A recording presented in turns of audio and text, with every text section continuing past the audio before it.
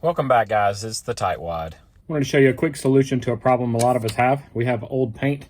This is old paint I used to paint my trim from 2014, so it's 7 years old now.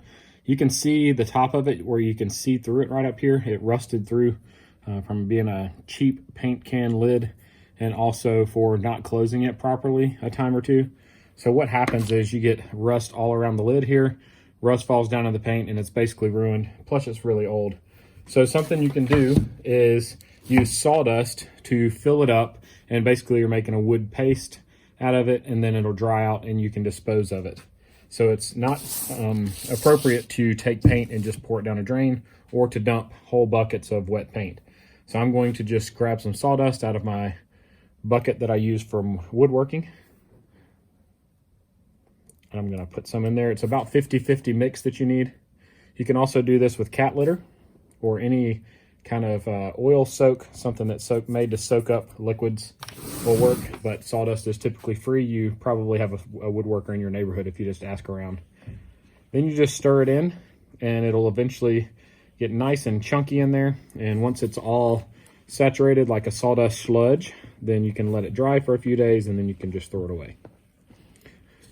I can't speak for all states when I say this is okay to do.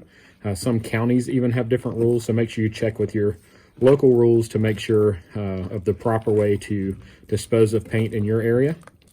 Some areas even let you dispose of it for free at a recycling center.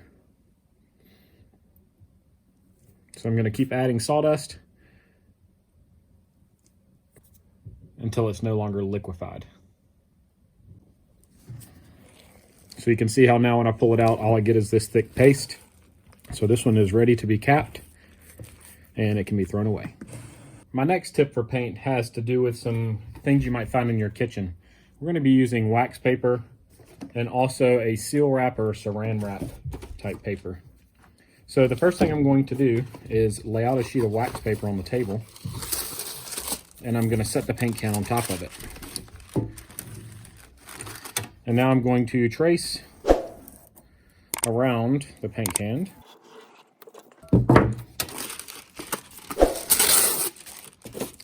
And I'm going to take a pair of scissors and cut just on the inside of that line.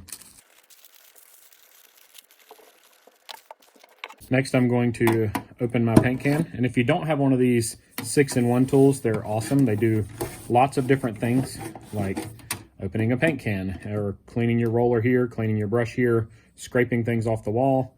This end is made to hammer in trim nails, finish nails, or fix little spots before you spackle them.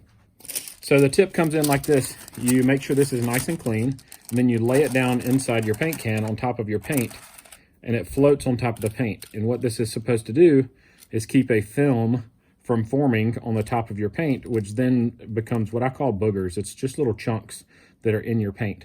So you do need to remember to remove this before you start shaking your can.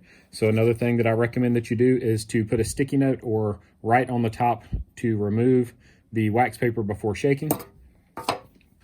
The next one also helps combat the paint drying out, and you can cover the top of your can with stretch wrap or saran wrap, which helps it remain airtight, and then you put your lid right on top of that. So it's just an extra layer of protection against air getting down inside your paint, which is the fastest way to ruin a can of paint. So I hope you learned something you didn't know before, or learned these from some longtime painters, and we're going to test it out and make sure it works.